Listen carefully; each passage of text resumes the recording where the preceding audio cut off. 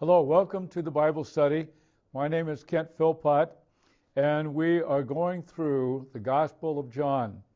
It's the fourth Gospel in the Greek Bible, what I like to refer to that instead of the New Testament. The Greek Bible is written in Greek, and there are four Gospels: Matthew, Mark, Luke, and John. John, who wrote this Gospel, was probably a mid-teenager when he started accompanying Jesus with his brother James and others who lived up in the area of Galilee and Judea in the first century, what we call CE, Common Era. And so he is the only apostle to die a natural death. All the rest were killed for their believing in Jesus, and many of them not in nice ways. So here John is writing this gospel. It's figured that he is writing in about the beginning of the 10th decade of the first century. In other words, around 89, 90, 91. He would go on to write three letters, 1st, 2nd, and 3rd John, and the book of Revelation, or otherwise known as the Apocalypse. Apocalypse comes from the Greek and means revelation. And this is what we're reading of, and we find John bringing in many details that only somebody who is observing and overhearing events. It's an eyewitness account, the Gospel of John. So it is different from Matthew, Mark, and Luke. Matthew, Mark, and Luke pretty much tell the story blow by blow with Jesus throughout his ministry. John is far more theologically oriented, theme-oriented, and doesn't discuss a lot of the day-by-day things that Jesus did that the other, what we call synoptic Gospels, write. Synoptic, S-Y-N, with, optic, see, to see with the same view. John approaches it differently. So, for that reason, John is a lot more theologically oriented. He's like a preacher. Some think, and I am in agreement, that what we find in the Gospel of John are a series of sermons that he presented either orally or in written form for people. He was on the Isle of Patmos. He was exiled by the Roman government. They were apparently afraid to kill him because of his status, and that he was a great old man and much loved by so many people. I've actually been there, and it's an incredible place to see. All right, so we're going to go and look at one story. It's called The Plot to Kill Jesus. The plot to kill Jesus. We're starting in John chapter 11 and verse 45. Many of the Jews, therefore, it's talking about the Jewish people. I have thought that maybe people, when they hear those words, it sounds racist. It's not intended by that at all. John himself Jewish. All the 12 were Jewish, and so we have I have a situation here where I'd like to explain that these people are Jewish people. Many of the Jews, therefore, who had come with Mary and had seen what he did, believed in him. Now notice the word many. Many. You would think that maybe they all would believe after seeing a man raised from the dead, a man who had been in a tomb for 4 days and come out. There he is, the same old Lazarus that they always knew, and he was alive, and he had been dead, and there he is. And it says many, but it doesn't say all. That's one of the troubling mysteries of Christianity that no Christian has yet solved or really come to terms with. I still battle over the idea. I would like everyone to be saved, everyone to know Jesus, but that's not how it is. It has never been how it is. Actually, there's only a few. Jesus said, many there be that enter in the wide and easy path, but straight in the gate and narrow is the way that leads to life. And then Jesus says, and few there be that find it. It has to be revealed. You can't find it. It has to be revealed. It's always been that way. Always been that way. Much to our chagrin and pain. And pain. Many of you will understand what I'm talking about and will experience sometimes the same sadness that I actually experience even right now. And I think of family members and good friends who are not safe in Christ. So, verse 46, but some of them went to the Pharisees and told them what Jesus had done. They were not going to give a good report. It's going to be fear-based. We'll see in a little bit, fear-based. So it says, that you got this conjunction, but. Yeah, there were those who believed, but some. They went to the Pharisees, probably thinking they were doing the right thing, that they could understand that such an event that would be widely reported, and right there in the vicinity of Jerusalem, leading people experienced the most incredible of miracles. They knew it would be trouble. And you think, why couldn't they see? Why couldn't they trust in Jesus? We call it the doctrine of election. God's choosing. God's choosing. I'm going to be talking about that a little bit later, some more. Verse 47. So the chief priests and the Pharisees gathered the council together. Now the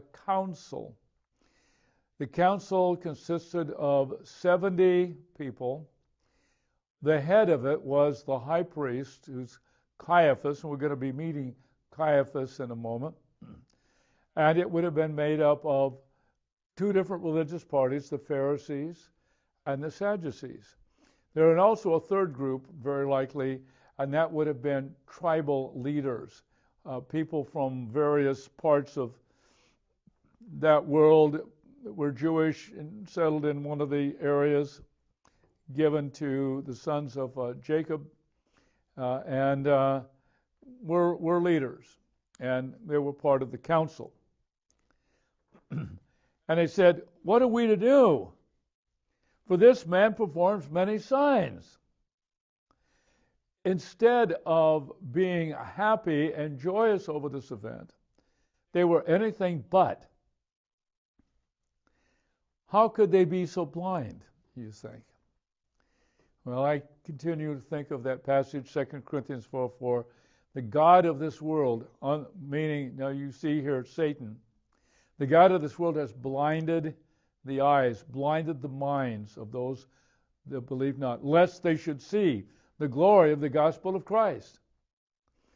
There's always an enemy. The prince of darkness, the prince of confusion, the prince of death. We know him as Satan or the devil. People think, Philpott, you believe that stuff? I wish I didn't believe it. I wish I was not forced to believe it.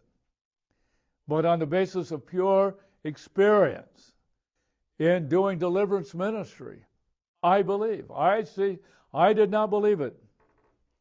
I spent 2 degrees in psychology before I went to seminary. And when I heard the stuff about demons and Satan, I thought that is very poor psychology, and I'm going to take it upon myself to educate these poor ignorant Christians. I literally thought that. It troubled me. I almost dropped out of seminary. I thought these people are crazy. They don't understand mental issues, mental illness issues. They don't understand addiction. They don't understand the change in brain chemistry and so on. I thought those things. I thought I was quite superior. Little did I know that I would spend many decades doing what we call deliverance ministry, casting demons out of people. I've done it by the hundreds. I know you think, oh, that's mild-mannered fellow Philpott, that old dude. Well, I'm sorry. I have to tell you the truth. And Christians, thousands of them, have done that for years. And what are we to do? Verse 48, if we let him go on like this. Now that if is a third class, and we may not be able to do anything about it. If we let him go like this, everyone will believe in him. We don't want people believing in Jesus. Come on. We don't want people believing in Jesus. Fall prey to that superstitious nonsense, pie in the sky, by and by stuff. Come on. Everyone will believe, and the Romans will come and take away both our place and our nation. Okay. That last phrase helps to explain things. There had been a series of people who had risen up in rebellion against Rome. A number of them. The final one would occur in 66 CE, Common Era. A big battle, big warfare, rebellion against Rome. 4 years later, Rome trashes Jerusalem, tears down the temple. End of the nation of Israel until 1948. Still no temple built. So they're afraid. Here's this guy. Yeah, he's just a guy, young man. He's only got 12 followers, and they're not much. No big deal. But they see in the fact that Jesus could raise the dead, they're not just dealing with a rebel, not just a guy who's going to pick up a sword and think he's going to attack Rome. Verse 49, but one of them, Caiaphas, who was the high priest that year. Let me tell you a little bit about Caiaphas. I know you wanted to know that, just in case. But Caiaphas was high priest for 18 years, beginning in 18 through 36 CE. In 107 years of the high priesthood until 70 CE, when it was all ended, there were 28 different high priests. It's interesting that Caiaphas was appointed high priest by the Roman governor that preceded Pilate. And then, interestingly enough, he was fired by the Roman governor that succeeded Pilate. So here we go. So this is taking place when Caiaphas was high priest. His father-in-law was a man named Annas, who was high priest from 6 to 15 CE, and then, of course, Caiaphas took over after some short period. So here's what Caiaphas, who's a high priest, he's going to say to him. He says, you know nothing at all. Starts out with an insult. You know nothing at all. Nor do you understand that it is better for you that one man should die for the people, not that the whole nation should perish. Now, that is extremely interesting. I want to read again what Caiaphas said, and you can see it here on the screen. Nor do you understand that it is better for you that one man should die for the people, not that the whole nation should perish. Now, if I were to read nothing else, I would say Caiaphas is saying we need to kill him, because if we don't kill him, we're going to have a mess on our hands, and that we could lose our whole nation. They could just take us over, as it was, Rome allowed them to conduct their own affairs. The Sanhedrin, they were in charge. Yeah, the governor was residing in Caesarea on the coast of the Mediterranean, not that far away, was the ultimate authority, but they could lose it all. They could lose it all. And that's what they were afraid of. The whole nation. There's kind of a double meaning here. There's a sense of irony here. I don't grasp all that it was.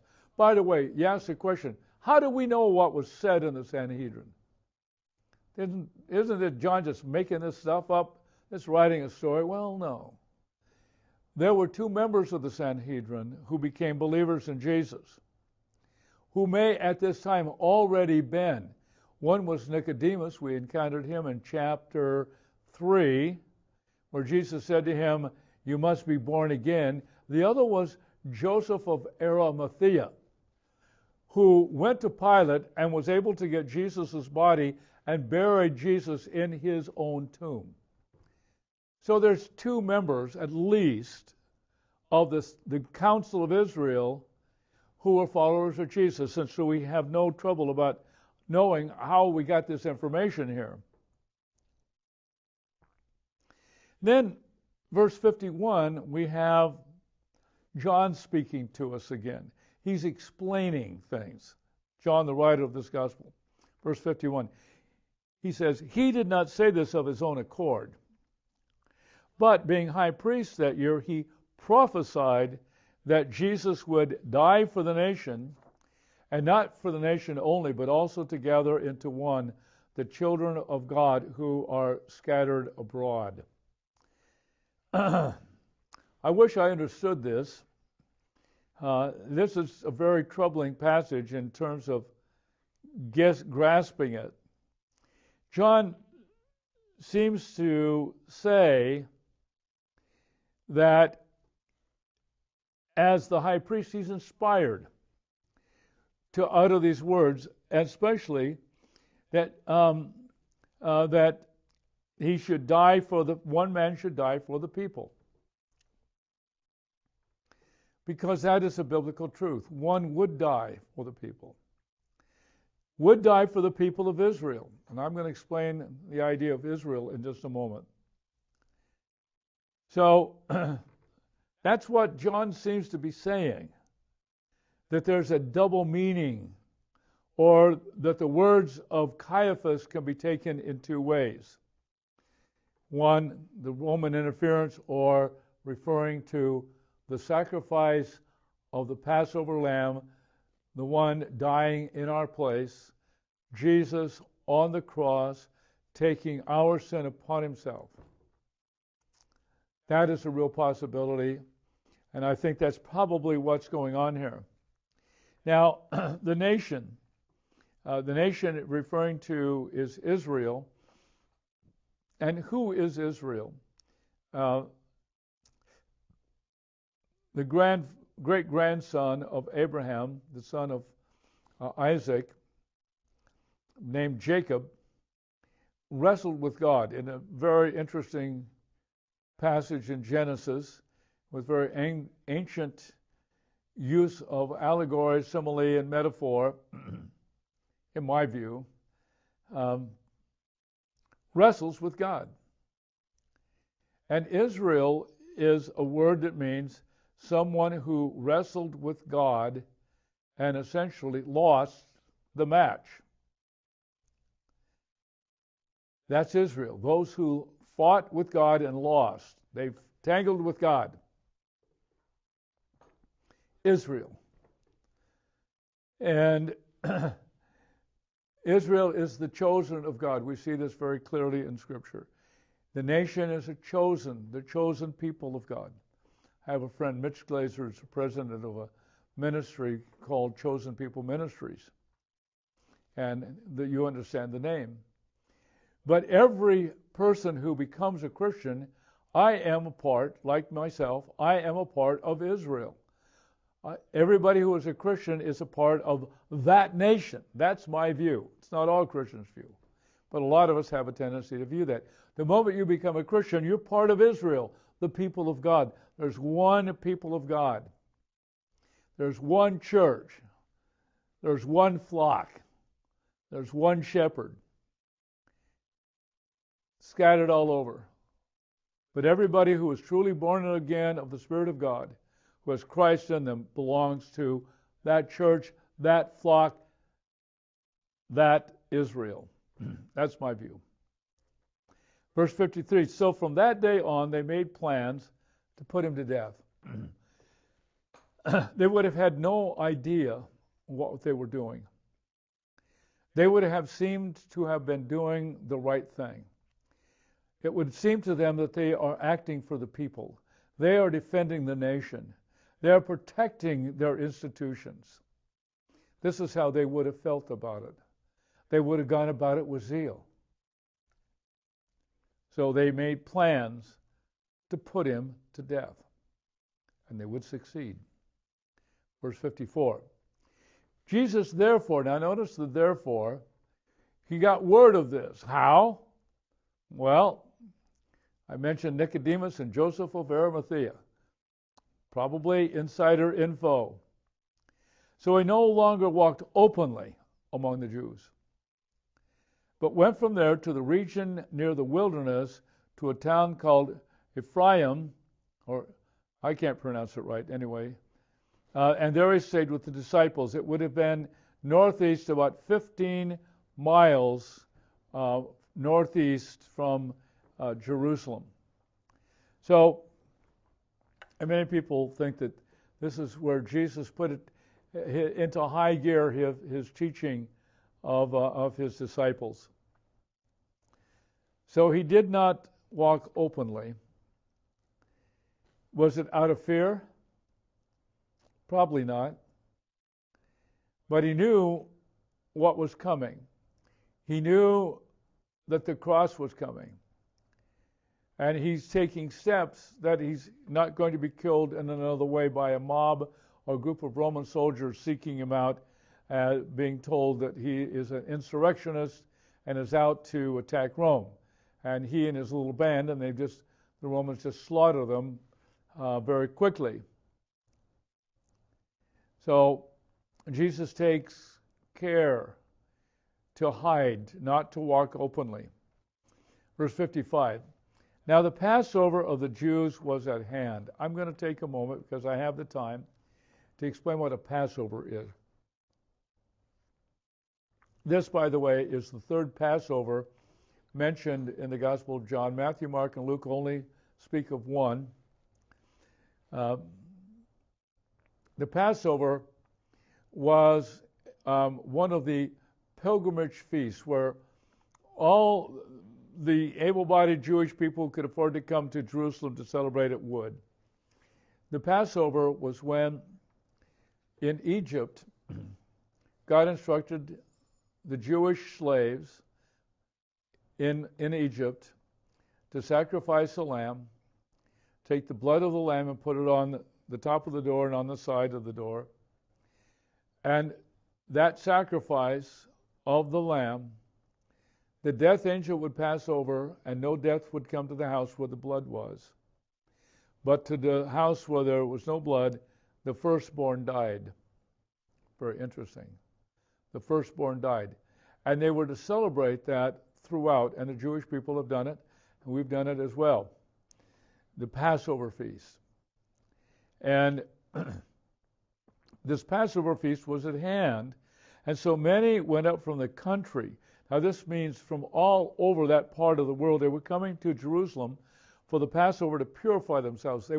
They had to get there early before it started to offer the certain sacrifices, shave their heads perhaps, wash their clothes, all those things that they had to do. Unhappily, Judaism has become a religion of something you do. When I go to the mosque on Friday at Juma prayers, and I have a little book that I read, it describes all the things that are required to do, all that you have to do. A religion of doing.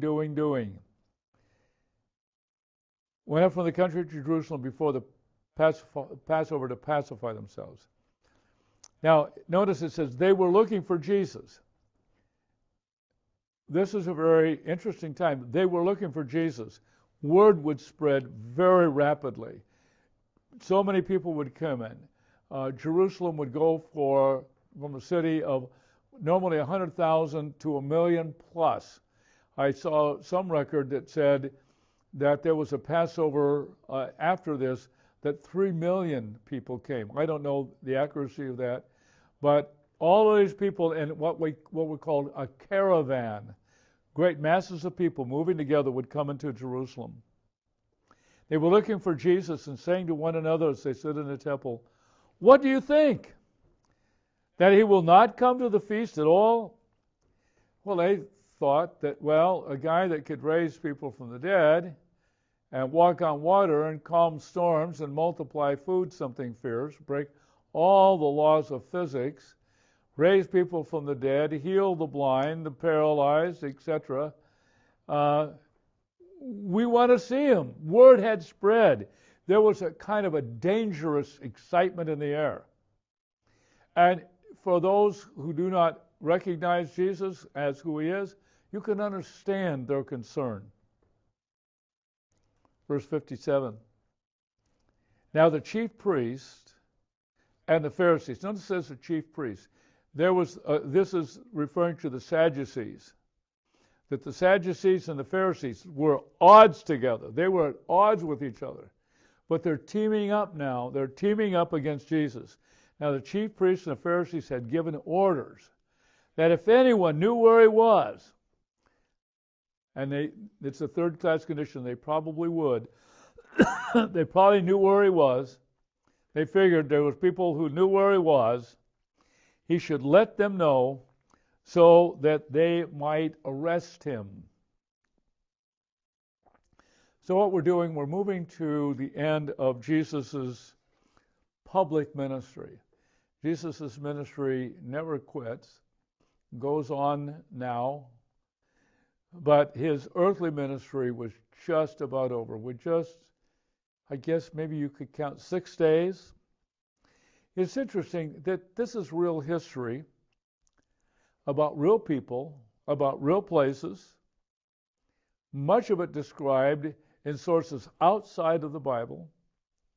It is not the result of visions, dreams, impartations, none of that, but real events happening in real time and conveyed to us in written form and in preached form. So that's what we encounter when we look at the Scripture. So long.